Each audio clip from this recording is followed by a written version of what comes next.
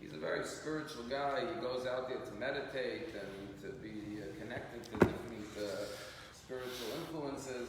But every once in a while he comes home to Palm Beach. So a week ago on Shabbos he showed up in shul. I don't see him that often. I only see him every few months because he's always out there meditating. So I said, "Oh, welcome back. It's so good to see you." I gave him a warm embrace. So he sent me a beautiful email during the week. He said, "Rabbi, thank you for the warm welcome back." He said, "However, since we're all connected to God, we're all connected to each other at all times. And therefore we never part from one another in the first place. So it's nice to be welcomed back, but really we never left each other because through God we're all one and we're always connected to God." And I thought it was a very beautiful perspective. And I wrote back to him and I shared with him a thought that dawned on me. And that is that there's two words to say that we use. Sometimes we say everyone, sometimes we say everybody. Or sometimes we say everyone or everybody. So I said to him, maybe it's what you're saying. Everyone means we're all one. Everyone, we're all one. Why? Because we're all part of Hashem, we're all part of God. And therefore through our connection to God, we're all connected to each other at all times. Because God encompasses all of us. When you say everybody, you're focusing not on the soul, but on the body. Everybody is different. My body, your body, we're not connected with our bodies. But if we focus on the soul of the human beings, we're always connected to each other and we're all one. And that's one of the beautiful gifts of prayer. I mentioned yesterday that this week we find prayer as conversation with God. Isaac goes out in the field, l'suach, to communicate, to converse with God, and that's when his bride arrives. He was praying for a shidduch, for his wife. However, when we talk about prayer, what does prayer remind us? It reminds us that we're connected to God. Sometimes we feel alone in this world. It's a big world. We could get lost. We feel I'm just one little tiny human being in a big universe, 7 billion people. So prayer reminds us we're never apart. We're never separate from God. We're always one.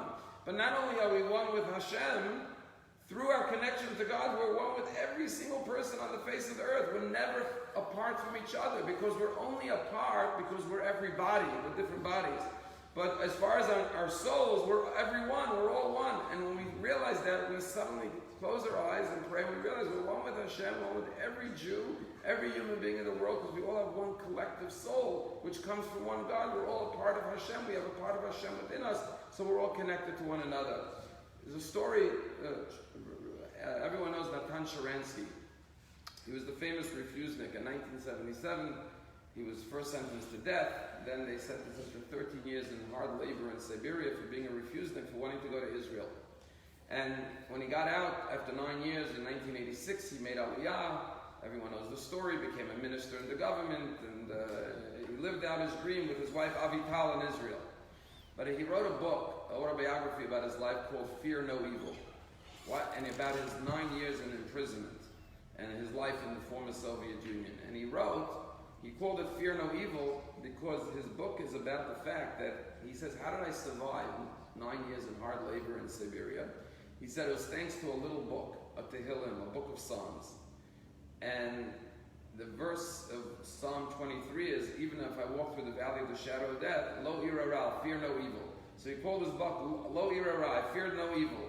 And he writes in his book, what gave him the power to survive? This prayer book. And he carries it wherever he goes now. He had a rebound in Israel and he uses this prayer book.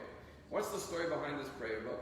He tells the story in his autobiography that the night before he was arrested, his wife Avital gave him a present, a Tehillim, a book of Psalms. The next day he's arrested and sentenced to Siberia. And he said, is this by chance that the night before I get in prison, my wife buys me this book, or was this a sign from heaven, I got to get through with this? He says this book gave him the courage, gave him the faith, gave him the strength to endure. He said at one point, they confiscated the Tehillim from him in prison. They said, you can't have religious articles.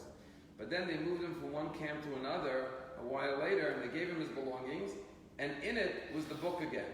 And the day he got the Tehillim back, the book of Psalms, was the day of his father's yahrzeit. And he said, wow, I should get it back on the day of my father's yahrzeit? And he said he read this book every day, and it gave him the strength. And he said, what gave him the strength? He said something very powerful. He said the book of Psalms reminded him that he's never alone. He read about King David's struggles and hardships and how he always had faith in God. And he saw himself like King David going through all the hardships of life, but knowing even if he walked through the valley of the shadow of death, fear no evil because God is with you. So he felt in the loneliest place on earth, a hard labor camp in Siberia, he felt one with God. He also remembered that this was a gift from his wife, Avital. So he said always the book reminded him, the Tehillim, my wife may be far away in Israel, I'm here in prison, but I always felt connected to my beloved wife. And he said on the first page of the book, it said, printed in Israel. So when he would open the book, he would see that this Tehillim was printed in Israel, reminding him he's connected with all the Jews of Israel and around the world. He says this Tehillim represented his connection to God, his connection to his wife, his connected to Jewish people, and that's how he survived 9 years. And he said so much so that in 1986, when they told him he's free to go, they took him to the plane in Russia, they told him you're free to go, they handed him his belongings back. And he looked for his Tehillim, and it wasn't there. And he said, where's my book of Psalms? And the Russian official said, this is all we're allowed to give you. And Natan Sharansky said, I will not leave Russia without my Tehillim. Here is his plane to freedom, to go home. He said, I'm not going anywhere till you give that back to me. It's my most prized possession. And he laid down in the snow. And all the photographers were there, to catch this moment that he was going to go to freedom. And he lay down in the snow and he looked up at the sky and he said, I will not move till you give me back my Tehillim. And the officials had to run back to the prison and go look for it, and they brought it back to him. They handed him his book of Psalms, and with his book of Tehillim in his hand, he boarded the plane and went to Israel. That's the power of prayer that reminds us we're never alone in this world. We're one with Hashem, and we're one with every other human being in the world.